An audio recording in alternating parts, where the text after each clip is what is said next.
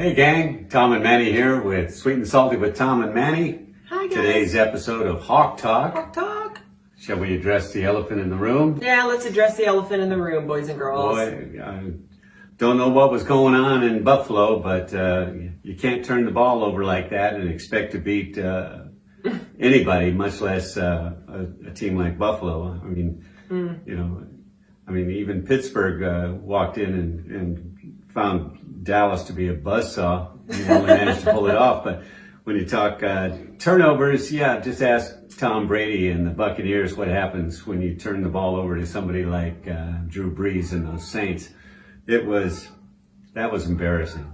I want to talk about some other teams real quick and recap at the end of this, including that badass game. But yeah, it's always hard to get on these live streams after we suffer a loss. It's impossible to not feel sad. It just like that, especially for me. I take it very personal. Tom will tell you that it's devastating to me. It's about usually in the morning I'm okay, but this one really was tough. And I was watching a lot of the pre-game interviews and things with coach and some of the players like Russell, and they all were anticipating a difficult game with this team, talking about how good the quarterback is. What's his name? Josh Allen. Yeah. And their players, and they said that they weren't too familiar with actually playing this team, so they had to watch the tapes and try to really get their strategies. But the post-game commentaries, I'll get into that in a minute, but a lot of the sports commentators were saying this looked like a very different Seattle Seahawks team. Well, again, what the Seahawks don't do when they're on winning streaks is they don't turn the ball over.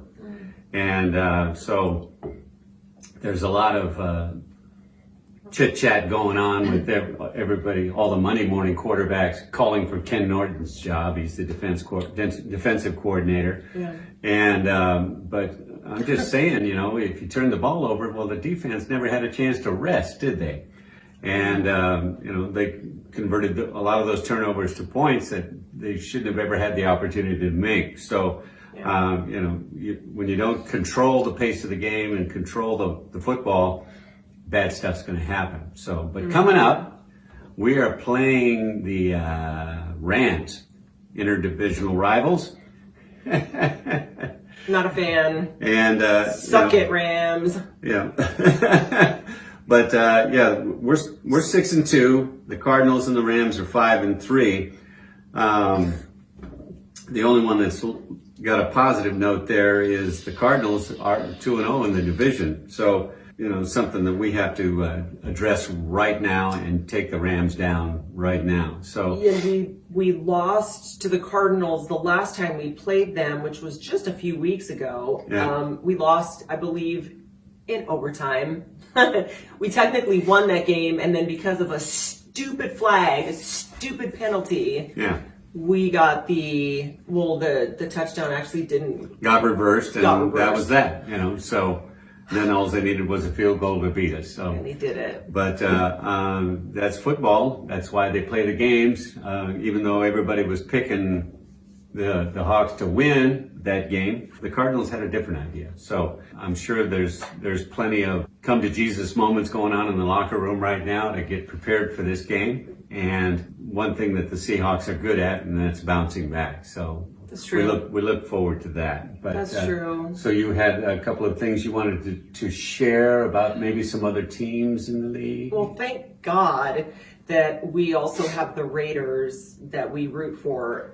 Go Raiders, like baby. I said at the beginning of this segment, I think on episode numero uno, I said we also support the Raiders. However, the Seahawks are number one. But the Raiders won their game in week 9. Mm-hmm. And it was a beautiful win, and they played so well, and they just kicked ass all over the field. I believe we won at the very wasn't it a touchdown? Right. Touchdown that wasn't a touchdown. It got called back, and that was the end of the dance. But it was very exciting. Props to Derek Carr. He's got huge props coming his whole offensive line when he decided to run for a touchdown and then dove, leapt, vaulted. Yeah, he went airborne. He went airborne, and when your team sees you do that, well, guess what? That just makes their hearts just beat a little bit faster for you. So it was really cool. Yeah. Yeah. So our hope is that we see the Raiders and the Seahawks in the Super Bowl, and the Raiders, well, they lose by 3. Okay, so we want to see a great game, not a snooze fest. So go Raiders, so proud of you. And Derek Carr, you are not paying for a drink anywhere in Las Vegas. I know that for a fact. So that was beautiful.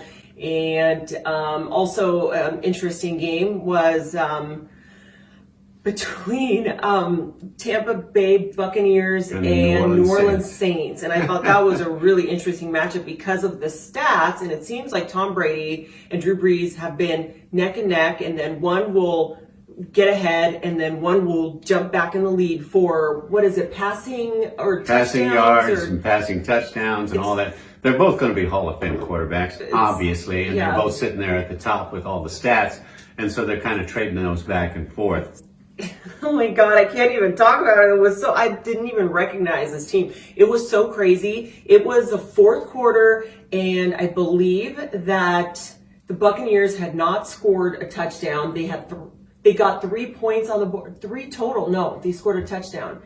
Whatever, it was insane. They only got a field goal, so they had 3 points on the board. Meanwhile, Drew Brees is kicking their ass like all over the place, touchdown after touchdown after touchdown. Then I think finally they maybe scored 1 touchdown, but that was it. So when you have that matchup between those two quarterbacks that are basically neck and neck for tying all these records, beating all these records, Drew Brees kicked Tom Brady's ass. And I was mentioning to Tom, this is an interesting kind of proof of, no, I shouldn't say that. Who's the better quarterback?